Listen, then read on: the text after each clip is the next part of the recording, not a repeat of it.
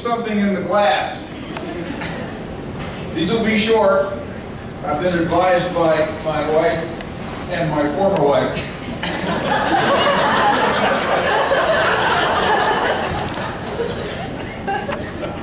First thing I want to do is talk about family.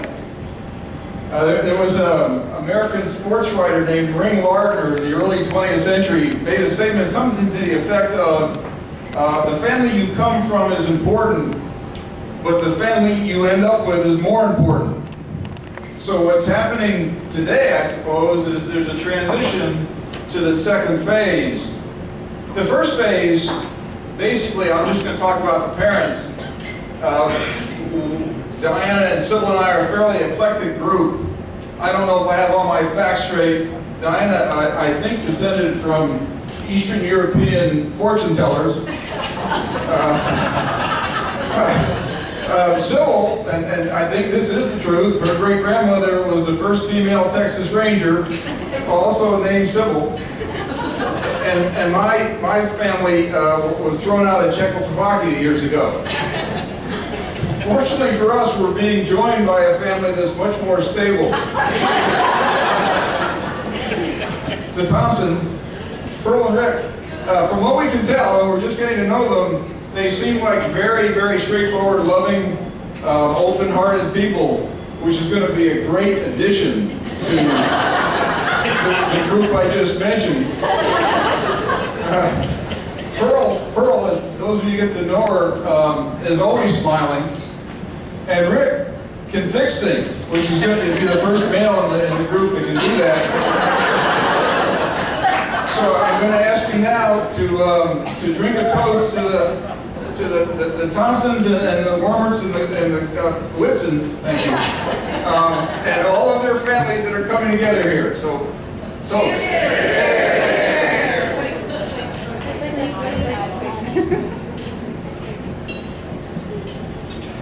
Now on to the bride and groom. So they tell me my second mission is to talk about them coming together, and it would seem logical. We're not really the host and hostess, but we're going to act like it. So Stacy, some number of years ago, when she started out, some of you know, she spent her first 6 days trying to figure out how to breathe, which took intensive care at a pretty good hospital in Atlanta. But that was her start. And since then, there's just two traits that I really want to focus on. I'll be very brief, although I could talk for hours and hours about these two things. One is her great sensitivity to people and her just natural kindness. I can tell you, I don't know, a lot of you folks are from the north, you would call these things palmetto bugs. We have a different term in the south, but there are plenty of them living in our houses. And when Stacy discovers one, instead of doing what I do with a dictionary, she will escort it outside, which tells you why she's a good doctor. Now, the other aspect of Stacy, that tenderness comes along with an absolute intensity that has taken her to the pinnacles of one aspect of medicine, taking care of autistic kids and several board certifications and what have you.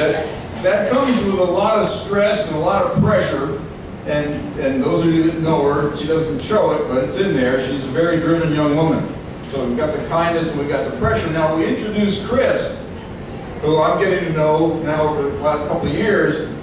He's got Pearl's smile, and it's kind of built into his face. Which it sort of needs to be. How much trouble can I get in here? The other thing about Chris is he's athletic. He likes to bike, he likes to run. What else? Ski. Ski, I forgot that one. He likes to ski. And Stacy is quite athletic. She was always more athletic than she let on. But as the pressure builds, one of the things we've all found is that a little bit of exercise can't hurt. So we know between the smiling and the exercise, Chris is going to be really good for her. And the only other thing I could add, which should be frightfully obvious to you here tonight, is that he brings the beer. So I'm going to ask you to drink after one more. I don't know how many of you saw the movie Vertigo, but in that movie, Kim Novak makes a statement to Jimmy Stewart.